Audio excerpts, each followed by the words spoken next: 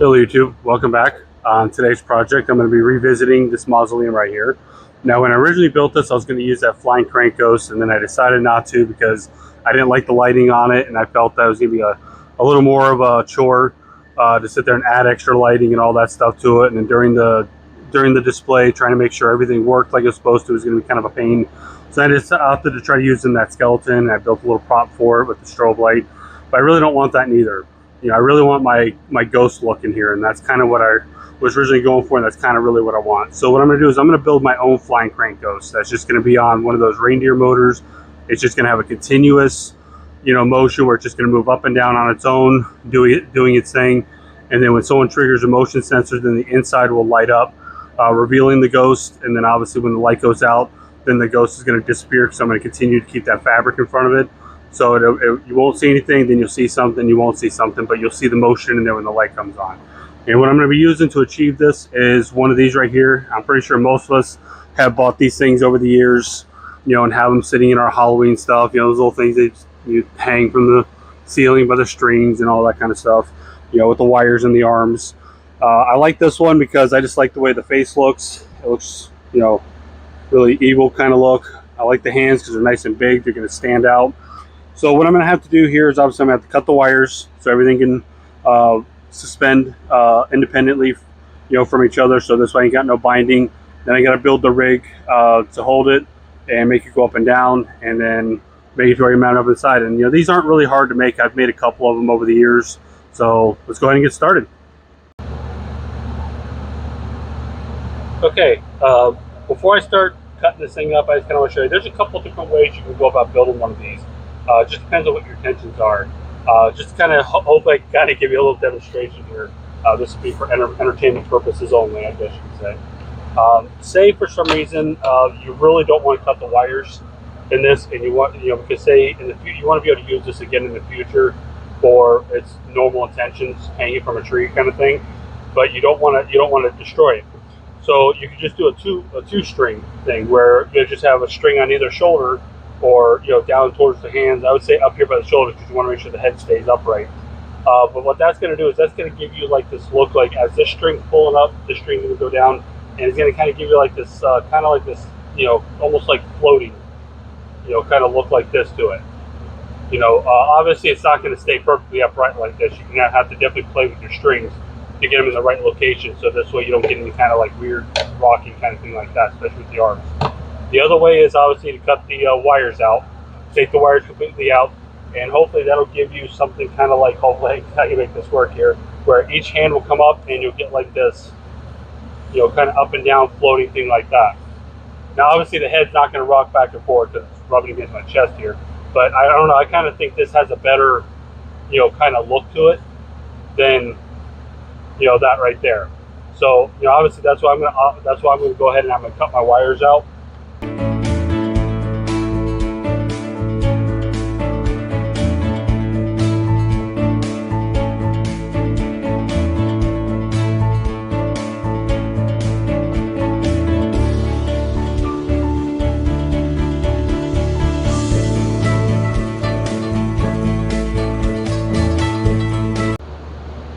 All right, I'm inside the back side of the mausoleum here, trying to decide where I want to mount it. Obviously you want to make sure you mount it high enough to where you can make the motors to where they're not seen, but you only see just the image itself, and you can see where my cutout is versus my main support for where my walls and the roof meet. And I already measured, I got about 5.5 inches from the top to there, which should be more than enough height, especially once everything's painted black, you're not going to see it. So obviously I'm going to go from support to support right there. That should put me more than high enough. Now the next thing is how I'm going to make it to where I can put the motor up, put the strings on it and all that. So once I get that figured out exactly what I'm going to do there, I'll show you what my steps are. All right, when you're building your rig, you got to put a lot of thought into, do you have space issues? Do you have room to work? What kind of area you want it to work in? But the most common way a lot of these things are made is, they have like some kind of like support system up on top. You have your motor, you have your offset arm with your washer, then the string goes to a little eye loop, and it goes down to your prop, kind of like right here, where you have like, some people make them out of wood, some people make them they'll just add them to whatever their support system is. Then you have your three, strings come down. Like right here, this would be the arm that would be on the motor that would be spinning 360 degrees. This would be the washer that spins freely on that arm, allowing the strings to stay, like they are, but they'll just go, obviously they'll go like that right there. Now with mine, because I don't really have any space issues, because I got the whole roof to work with, I'm going to be building mine vertically. So I have this 2x4 right here. I have this piece of plywood. This is all going to be stood upright, and the motor's going to be mounted up here, and my strings are going to go down to, these holes. So I'm still going to have my spinning piece right here, and the strings are still going to go to where they got to go. It'll still be the same concept, just vertically instead of horizontally. Now once it's all done, pretty much the concept, when you see it, it's going to be pretty much the same concept as you see right here with, like this right here and the with this, but instead of being essentially a horizontal rig that goes into a vertical rig, the whole thing is just going to be one vertical rig. So I'm going to continue working on getting this to a point where I can show the mechanical aspects of it, and then we'll move forward. All right, so I got the main rig put together. Now what I did is when I cut this piece right here, I stuck it inside my mausoleum, and then I measured from the top, from here up, to get an idea of how much clearance I had from my lowest cross member. And I had 12 3/4. So what it is, I made sure that with the motor, the part that spins, the washer, everything right there, obviously is not going to go anywhere close to 12 3/4. I have it stopped right at 12 inches from the top to my washer is right at 12 inches. So I know I have plenty of clearance. I'm not going to have any issues with, binding or just catching the top of the roof or anything of that nature. Now, the way this is set up is you got your main arm right here. And now if you're not sure how to figure your travel, now I'm going to have my travel 5 inches. I want my actual thing to move up and down 5 inches.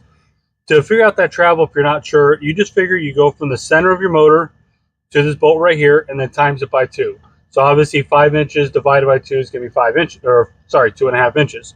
So from here to here, I have 2.5 inches. So by the time this makes a full revolution, you're going to have 5 inches of actual travel because the string is going to move, 5 inches by the time it comes all the way down here and then comes all the way back up. And obviously the same thing if you want 6 inches or anything like that. You just, figure from here to here, times it by 2. That's what's going to tell you how much actual distance your thing's actually going to travel. And you can see right here, I got the washer on here. The washer spins nice and freely. So what's going to happen is as the motor spins around, this washer is going to have the strings attached to it. And you see the washer is just going to stay stationary, pulling on the strings. And then obviously when you go to set your rig, you want to set it at your highest point. That's essentially your start point. So obviously when I go to set this, I'm going to have it all the way up right here. And then I'll run my strings. And then wherever that is, that's the highest point that I want the hands and the head to go. And then they're going to go down from that point and come back up. Now this same rig can be used vertically and horizontally. So like if I wanted to say run this horizontally now, all I'd have to do is put some eye hooks, right here, here, and there. You run my strings through the eye hooks, and now the rig can go this way, and then you have your strings go like that.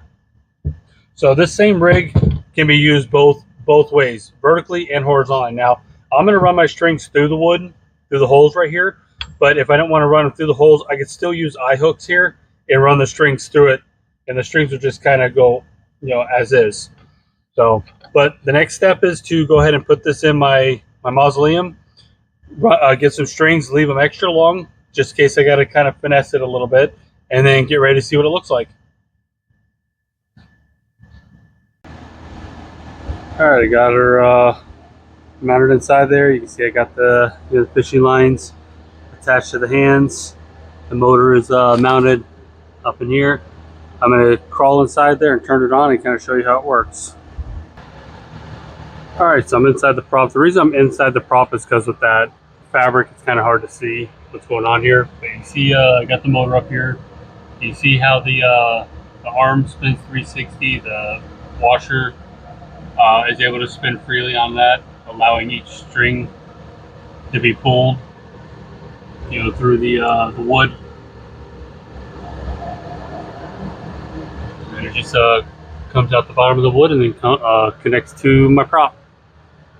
This one connects to the string. I'll probably cut the excess off so you don't see that, depending on what the light looks like. And then this one I have it tied to that finger right there, so the hands are not straight up and down. They have a little bit of a curve to them.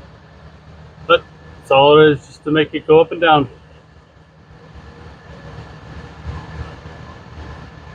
Next is just to wait till it gets a little dark, see what it looks like with some lighting in here, and this one will be just about done. All right, it's dark enough for me to kind of show the finished product of it. Now I left the back up for just a second so you can see that the Ghost is in there. It's turned on, it's going up and down, it's doing its thing. So now I'm going to go ahead and I'm going to lower the back cover. You can pretty much see as soon as I lower that back cover, the image completely vanishes, because of the landscape fabric in there.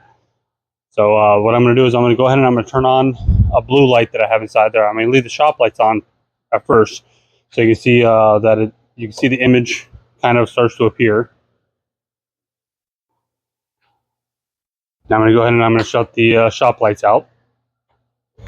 Now I tried to find a blue bulb that was kind of low wattage, so it wouldn't overpower the camera. But you can see I do like the landscape fabric that's on there, because it kind of distorts the image, so it doesn't have like a nice, clean, crisp kind of look to it. Even to the naked eye looking at it, it actually has a really eerie, kind of creepy, look to it. Plus then I got the green ambient light shining on it.